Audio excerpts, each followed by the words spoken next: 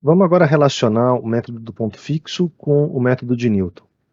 A gente tinha deduzido que Newton-Raphson, voltando a lembrar do nosso amigo Raphson, para que ele não seja esquecido, o método de Newton-Raphson tem uma iteração da forma o próximo x é o x atual, menos a função calculada em xk, dividido pela derivada da função, também no mesmo ponto k. Lembrando para vocês, a ideia do método, você chuta um ponto, vê o valor da função, desce pela tangente, e se tudo der certo, você se aproximou da raiz que a gente estava chamando de x estrela. A nossa solução era o ponto em que a f de x estrela era igual a zero. O método do ponto fixo, por outro lado, a gente está fazendo iterações do tipo xk mais 1 é igual a uma certa função φ de xk.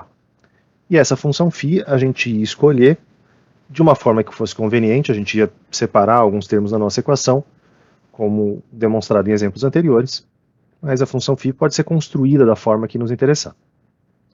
A solução do problema pelo método do ponto fixo a gente estava chamando de x barra era o ponto fixo, x barra era o ponto em que se eu calculasse a função no ponto x barra, eu não ia sair do lugar. A função no ponto x barra ia ser o próximo. O próximo ia ser exatamente o mesmo, eu ia parar de me movimentar, eu já ia ter chegado nessa raiz.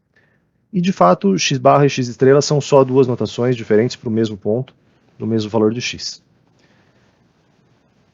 As duas coisas que a gente está escrevendo aqui, no fundo, são a mesma coisa, se vocês chamarem tudo isso aqui, todo esse termo aqui, vai ser a φ, vai ser a função de iteração do método de Newton.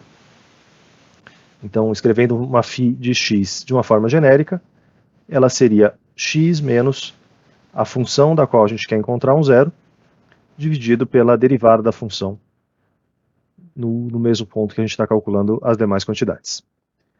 E se a gente for pensar no ponto fixo dessa... Se a gente fosse calcular essa função aqui no ponto fixo, sendo o ponto fixo a própria raiz, a gente teria esse termo aqui desaparecendo. Então dá para ver que com essa escolha da φ, a gente teria essa propriedade acontecendo, já que todo esse termo da φ sobre f' desapareceria, porque a f do x barra, ou f do x estrela, como vocês quiserem, vai ser zero. Então φ de x barra é igual a x barra. Também dá para ver que o ponto fixo é a solução. No método de Newton, a gente também está interessado em achar esse ponto fixo. A condição de convergência que a gente estabeleceu é que se a derivada dessa φ fosse menor do que 1, isso implicava a convergência. A gente não prova mais do que isso. Então, se essa derivada for maior do que 1, pode convergir, pode não convergir, não sabemos. Mas essa é a condição suficiente para garantir a convergência. No caso, então, do método de Newton, a gente consegue calcular o valor dessa derivada. Pelo menos em função da f, claro. Então, no caso do método de Newton, a gente tem que a derivada da função φ é a derivada de x em relação a ele mesmo, ou seja, 1, menos a derivada dessa fração. E aí, derivada de fração, a gente calcularia a derivada da primeira multiplicada pelo denominador, f' de x vezes a mesma f' de x, menos a primeira f de x multiplicada pela derivada da segunda. Então, a derivada da derivada vai ser a derivada de ordem 2, dividido pelo quadrado do denominador, f' de x ao quadrado. E se a gente perceber, f' de x vezes f' de x é f' de x ao quadrado. Então, se a gente colocar essas duas coisas em uma só fração, a gente vai ter alguns termos se cancelando. Esse termo do f' de x ao quadrado se cancela com esse. Esse menos vai trocar o sinal do que sobrou aqui.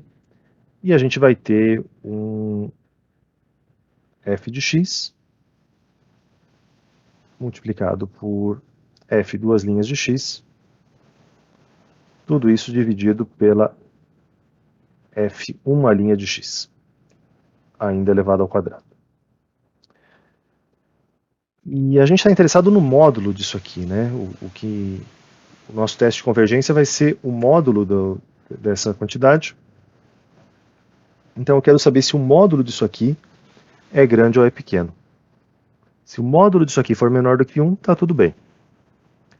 E aí fica bem claro que o problema tem a ver, como a gente já estava intuindo, tem a ver com a primeira derivada ficando pequena ou sendo igual a zero. Se essa derivada for igual a zero, as coisas podem não funcionar, porque aí esse número como um todo vai ter problemas, vai ser um número grande. Ilustrando o problema do método de Newton, em um exemplo que a gente já tinha comentado anteriormente, mas ilustrando agora graficamente, com essa função x vezes exponencial de menos x ao quadrado. Aqui eu estou chutando um valor de x0, desço pela tangente, calculo um x1, agora eu vou subir pela tangente, vou calcular um x2, e aqui o método aparentemente funciona bem, eu estou chegando na minha raiz, o próprio x igual a zero é uma raiz desse problema, né? Óbvio que 0 vezes exponencial de zero vai dar zero. Então é isso, para esse x0 que eu chutei, as coisas funcionaram bem. Esse x0 que eu chutei foi 0,38, um valor que eu escolhi aleatoriamente. Se eu chutar exatamente 0,5, é um caso que a gente já rodou no Scilab e que as coisas estavam ciclando. Aqui a gente consegue ver graficamente esse ciclo acontecendo. Do x0 a gente calcula um x1, que é exatamente igual a menos meio. E aí, pela simetria do problema, do menos meio a gente volta para o mais meio, do mais meio a gente vai para o menos meio, e o nosso programa ficaria rodando aqui eternamente, se a gente não colocar uma condição de parada pelo número máximo de iterações. Mas aqui a gente ainda não divergiu, a gente não... A rigor a gente não divergiu nem convergiu, a gente está só num ciclo que não tem fim. Mas se eu mudar um pouquinho o meu chute inicial, chutar ele um pouquinho mais para a direita, eu vou estar, por exemplo, 0,52, eu já vou estar mais próximo dessa região em que a primeira derivada se anula, nesse ponto de máximo, e aqui a gente consegue ver que o método está divergindo. Não que a gente provou que ele divergiria, a gente simplesmente está verificando experimentalmente essa divergência, e aqui, quando ele já caiu nessa parte, ele já não tem mais chance de voltar, ele vai ficar caminhando em direção a esse infinito para sempre, e como a função só tende assintoticamente a zero, não tem nenhuma raiz para ele encontrar por aqui, aqui sim o método está divergindo, e não tem jeito. Então, em resumo, a gente teve essa preocupação toda em estudar o método do ponto fixo, porque a gente queria saber quando que o método de Newton converge. O método de Newton converge quando a gente tem essa condição aqui sendo menor do que 1. E o curioso é que, se a gente fosse calcular essa derivada exatamente no ponto x barra, se a gente fosse fazer essa conta filhinha de x barra, a menos que aconteça alguma coisa muito curiosa, que a função e a derivada se anulem no mesmo ponto, o mais comum é que só a função vai se anular, então a f' de x barra seria igual a zero, que é um número menor do que 1 em módulo, evidentemente. Então, se a gente chutasse exatamente na raiz, tudo ia estar bem.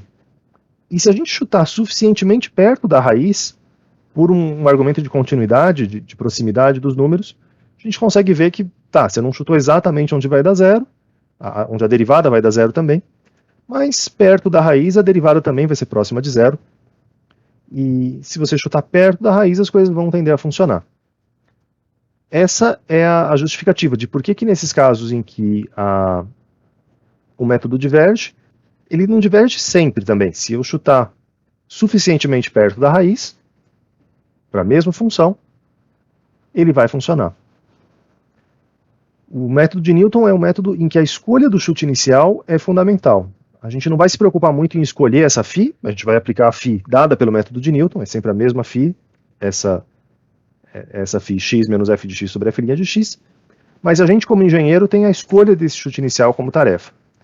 E acredita em mim, a escolha desse chute inicial é a diferença entre a vida e a morte, é a diferença entre funcionar e não funcionar. É uma tarefa que, às vezes, você consegue ter uma intuição, baseado no tipo de problema, você consegue saber mais ou menos aonde vai estar a sua resposta, e assim você consegue fornecer para o algoritmo uma aproximação razoável e que vai permitir que o algoritmo funcione no seu caso particular.